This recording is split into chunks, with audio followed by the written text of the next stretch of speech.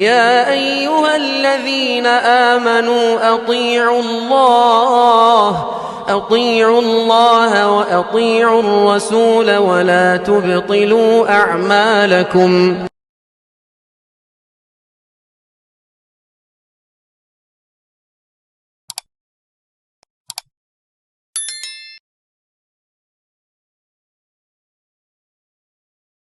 الحمد لله رب العالمين والصلاة والسلام على رسوله الكريم وعلى آله وأصحابه أجمعين ومن تبعهم بإحسان إلى يوم الدين. أما بعد، رب اشرح لي صدري ويسر لي أمري واحلل عقدة من لساني يفقهوا قولي.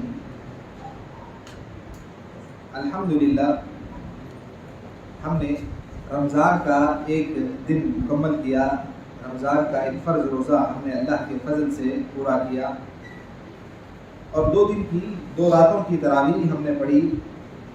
کل کے درس میں ایک حدیث جو ہم لوگوں نے صحیح بخاری اور مسلم کی یہ سنی تھی کہ جس میں اللہ تعالیٰ یہ کہتا ہے کل عمل ابن آدم لہو، کہ ابن آدم کے سارے اعمال جو ہے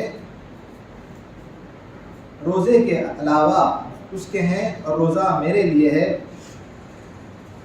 فَإِنَّهُ لِي وَأَنَا أَجْزِي بِهِ، روزہ میرے لیے ہے اور میں ہی اس کا بدلہ دوں گا. یہ حدیث کل کے درس میں ہم نے سنی تھی، جس میں یہ سوال ہم نے جانا تھا کہ سارے اعمال بندہ اللہ کے لیے کرتا ہے، لیکن اس کے باوجود بھی اللہ تعالیٰ نے یہاں روزے کے ساتھ اس بات کی تخصیص کیوں کی کہ بندہ جو روزہ رکھتا ہے وہ میرے لیے ہے اور میں ہی اس کا بدلہ دوں گا، جبکہ ہمارے سارے اعمال جو ہم اللہ کی رضا کے لیے کرتے ہیں وہ اللہ کے لیے ہیں. لیکن یہاں روزے کے لیے اللہ نے خاص کیوں کیا؟ تو اس کا جواب یہ ہے، علماء سلف میں سے امام ابن حجر نے اور معاصرین میں سے شیخ محمد بن صالح العثیمین رحمہ اللہ نے یہی لکھا ہے. اس کی توجیہ سب سے اولا جو توجیہ ہے وہ یہ ہے کہ روزہ ایسی عظیم عبادت ہے کہ روزے میں بھرپور اخلاص پایا جاتا ہے، روزے میں ریاکاری نہیں پائی جاتی. اس لیے اللہ تعالیٰ نے یہاں پر یہ بیان کیا کہ روزہ بندہ میرے لیے رکھتا ہے اور میں ہی اس کا بدلہ دوں گا. ساری عبادات میں ممکن ہے کہ انسان ریاکاری کے کسی پہلو سے وہ عمل کر جائے، لیکن روزہ ایک ایسی عبادت ہے جو بندہ خالص اللہ کے لیے کرتا ہے. بندہ تنہا ہوتا ہے، اس کی نگاہیں کسی کو نہیں پاتی یا وہ کسی کی نگاہوں میں نہیں آتا، کمرے میں اکیلا ہے، گھر میں اکیلا ہے، یا اپنی گاڑی یا اپنے سفر میں یا اپنے راستے میں اکیلا ہے، کوئی اس کو دیکھ نہیں رہا. اس کے باوجود بھی بندہ کھانے پینے سے رکا رہتا ہے. وہ کام جو اللہ نے روزے کی حالت میں منع اور حرام کیے ہیں اس سے بندہ رکا رہتا ہے. تو یہ رکا رہنا اس بات کی دلیل ہے کہ بندہ خالص اللہ کے لیے ان کاموں کو چھوڑ رہا ہے. تو روزے کے اندر اس قدر اخلاص پایا جاتا ہے، اس قدر اخلاص کسی دوسرے عمل میں نہیں پایا جاتا. اس لیے اللہ تعالیٰ نے کہا کہ روزہ میرے لیے رکھتا ہے بندہ اور میں ہی اس کا بدلہ دوں گا. یہ توجیہ علماء کرام نے بیان فرمائی ہے. تو جیسا کہ کل کے درس میں ہم نے یہ سنا تھا کہ ایک دن ہم یہ جانیں گے کہ اللہ تعالیٰ نیک لوگوں کے لیے جو جنت کے دروازے ماہ رمضان میں کھول دیتا ہے اور گنہگار لوگ اپنے گناہوں سے رک جائیں، توبہ اور استغفار کریں، اور جہنم کے دروازے کے لیے بند کر دیتا ہے تاکہ یہ جنت کے دروازوں کی طرف آنے والے کاموں کی طرف آئیں. تو اس حوالے سے ہم نے یہ جانا تھا کہ ایک دن ہم جنت کا بیان سنیں گے اور دوسرے دن جہنم کا بیان، جہنم کا ہولناک مناظر جو اللہ کے نبی صلی اللہ علیہ وسلم نے بیان کیا اس کو سنیں گے. تو آج سب سے پہلے جنت کے بیان کے حوالے سے پہلی بات میں یہ بتانا چاہتا ہوں آپ حضرات کو کہ جنت کسے کہتے ہیں. جنت ایسا لفظ ہے جس میں یہ جو عربی کے 3 حروف پائے جاتے ہیں، جیم، نون اور نون، یہ جو مادہ ہے اس میں چھپنے اور پوشیدہ ہونے کا معنی پایا جاتا ہے. اسی لیے جن ہماری نگاہوں سے پوشیدہ ہوتا ہے، ہماری نگاہوں میں نہیں آتا. جنین جو اور ماں کے پیٹ میں جو بچہ ہوتا ہے اس کو جنین کہتے ہیں، جو پردے کے پیچھے ہوتا ہے۔ جنتن کہتے ہیں عربی میں ڈھال کو، جس سے انسان دشمن کے وار سے بچنے کے لیے استعمال کرتا ہے۔ تو اس ڈھال کے اندر بھی یا پھر جن کے اندر بھی یا پھر جنین کے اندر بھی جو مادہ پایا جاتا ہے وہی مادہ جنت کے لفظ میں بھی پایا جاتا ہے۔ یہ ایسی جنت ہے جو چھپا کر رکھی گئی ہے، یہ اہل ایمان کا آخرت کا ٹھکانہ ہے۔ جنت کو جانے کے، جنت پر ہمارا جو ایمان ہے وہ آخرت پر ایمان کے حصے میں شامل ہے۔ انسان اس وقت تک ایمان والا نہیں ہو سکتا جب تک وہ آخرت کے دن پر ایمان رکھے۔ تو آخرت کے دن کے ایمان میں جنت پر ایمان شامل ہے۔ موت آنی ہے، موت کے بغیر کسی کو کوئی چارہ نہیں۔ تو جب موت آنی ہی ہے تو موت کے بعد یا تو ٹھکانہ انسان کا جنت ہوگا یا جہنم۔ تو جنت جس کا ٹھکانہ ہوگا وہ اللہ تعالیٰ کے پارسا، نیک، متقی اور پرہیزگار بندے ہوں گے۔ جہنم جن کا ٹھکانہ ہوگا جن کے پاس ایمان نہیں ہوگا، جن کے پاس نیکیوں میں کمی ہوگی، اللہ کی نافرمانیاں بھرپور ہوں گی، ایسے لوگوں کا ٹھکانہ جہنم ہوگا۔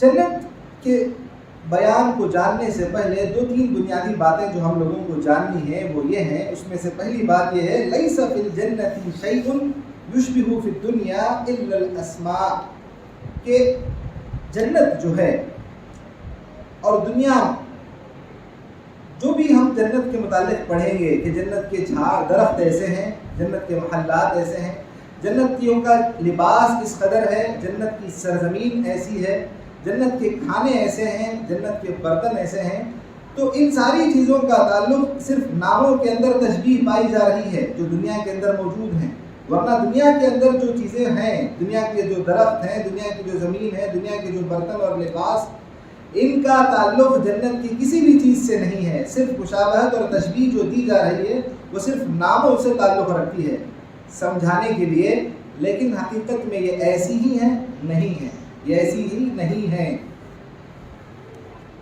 حدیث قدسی ہے صحیح بخاری اور مسلم کی، اللہ کے نبی صلی اللہ علیہ وسلم اللہ تعالیٰ کے حوالے سے یہ بیان کرتے ہیں اعددت لعبادی الصالحین ما لا عین رأت ولا اذن سمعت ولا خطر علی قلب بشر۔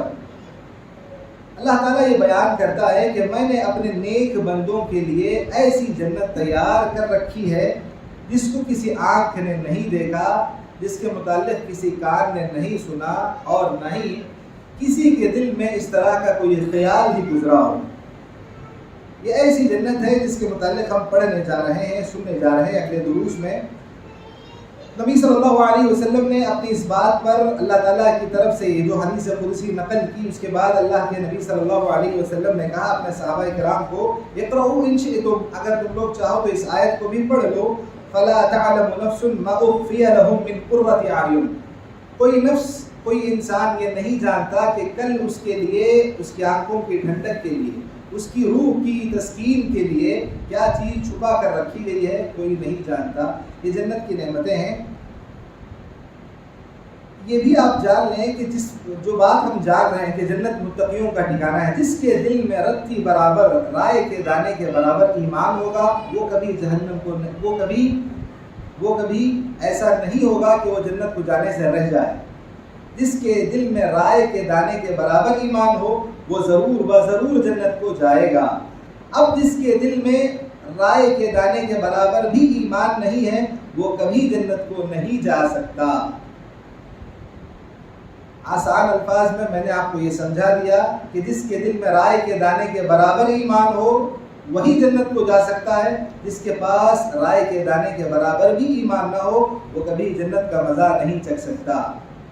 حضرات، جنت جو نیک لوگوں کے لیے بنائی گئی ہے، اس کی جو لذات، عیش اور عشرت کی زندگی، پرسکون اور پرامن زندگی، ہر طرح کا اطمینان اور چین اور لذت سے بھری ساری چیزیں جو اللہ نے اس میں رکھی ہیں، یہ وہ چیزیں نہیں ہیں جسے انسان، اب مثال کے طور پر آج دنیا میں یہ تصور ہے، لوگوں کے اندر ذہن و دماغ میں یہ خیال پایا جاتا ہے کہ عیش اور عشرت کی زندگی تو لڑکیوں اور عورتوں سے متعلق ہے، بے حیائی جتنی عام ہوگی وہ عیش کی زندگی کہلاتی ہے۔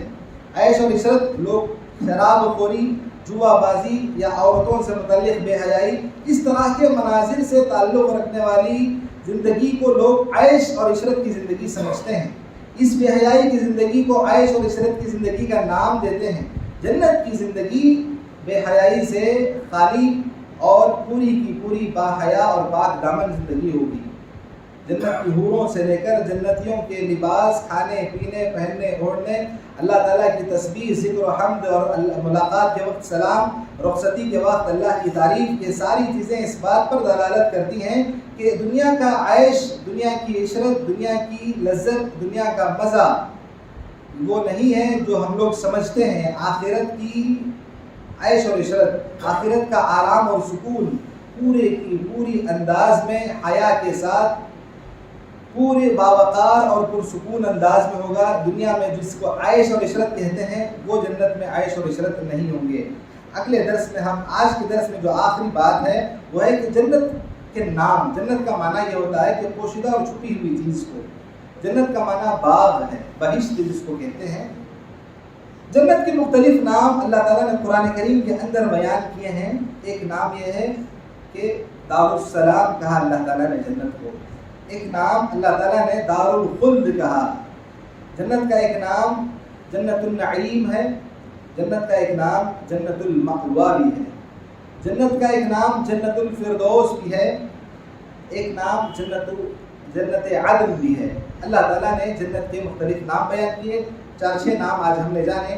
آج کے درس میں جو ہم نے جانا وہ یہی کہ جنت پر ایمان رکھنا غیب پر ایمان رکھنے سے تعلق رکھتا ہے۔ جنت کی کوئی چیز دنیا کی کوئی چیز سے مشابہت نہیں رکھتی سوائے ناموں میں۔ اللہ تعالیٰ سے دعا ہے کہ اللہ تعالیٰ مجھے اور آپ کو جنت کو لے جانے والے کاموں کی طرف آگے بڑھنے کی توفیق عطا فرمائے۔ وآخر دعوانا ان الحمد للہ رب العالمین۔ السلام علیکم ورحمۃ اللہ وبرکاتہ۔